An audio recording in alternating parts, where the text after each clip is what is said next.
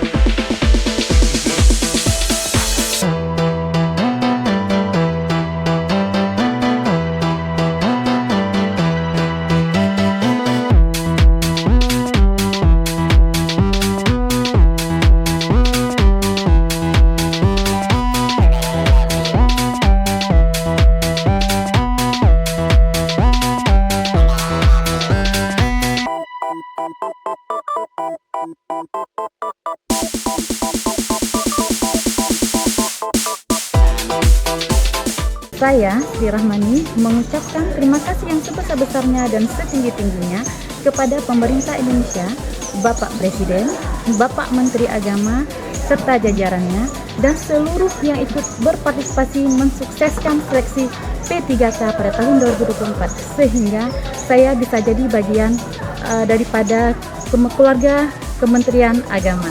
Terima kasih.